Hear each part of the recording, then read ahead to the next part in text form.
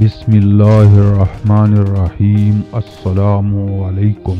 اب تک تاثر اور تصور یہ رہا ہے کہ دنیا میں امریکہ جو چاہے کر سکتا ہے، پاکستان میں فوج جو چاہے کر سکتی ہے۔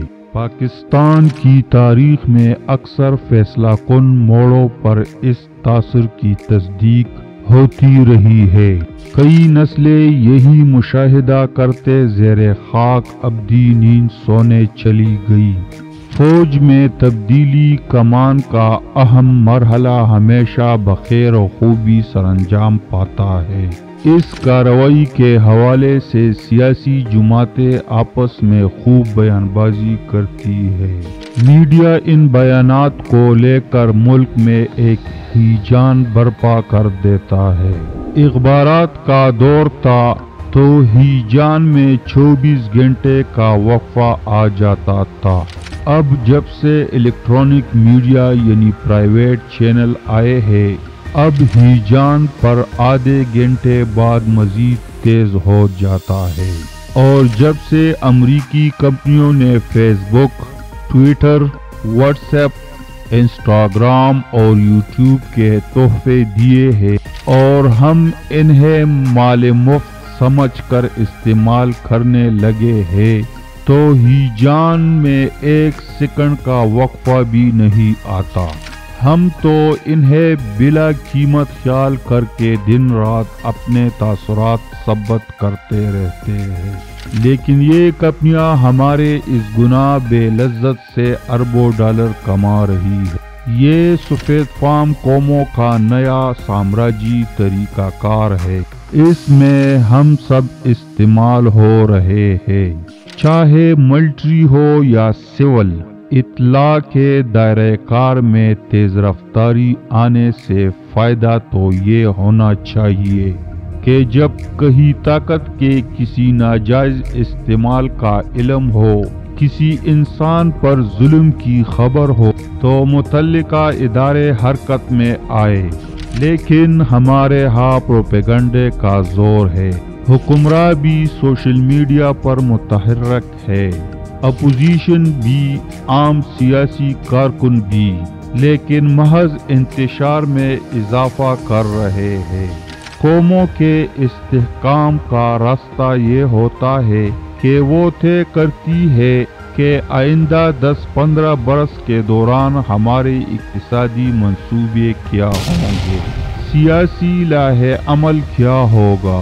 اس منصوبہ بندی میں دنیا کی پیش بندیوں کو بھی سامنے رکھا جاتا ہے، خطے کی کوششوں اور سازشوں کو بھی۔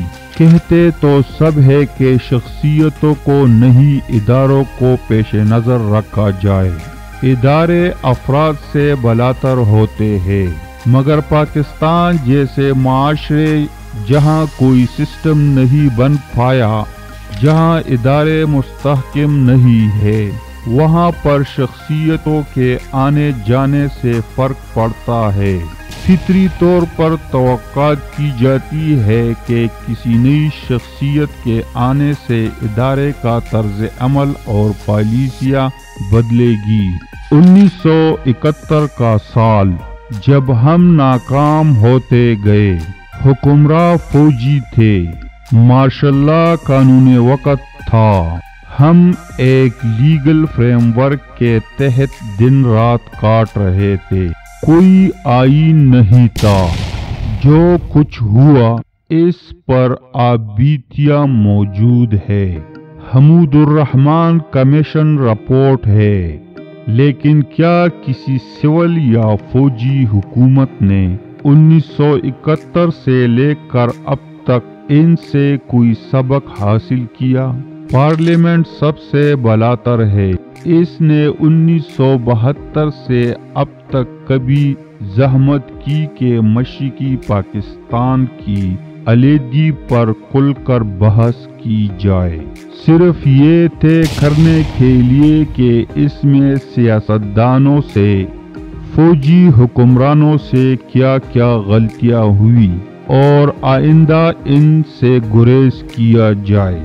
اب جب ہم ایک نئے سپہ سالار کے 3 سالہ دور میں داخل ہو چکے ہیں اور جب سوشل میڈیا اپنے عروج پر ہے، اس وقت پاکستان کے استحکام کے لیے ناگزیر ہے کہ سیاسی اور فوجی قیادت کے بارے میں پھیلائی گئی اطلاعات کا جائزہ اور تجزیہ کیا جائے، ایک دوسرے کے انتقام میں نہیں بلکہ ان اداروں کے آئندہ استحکام کے لیے۔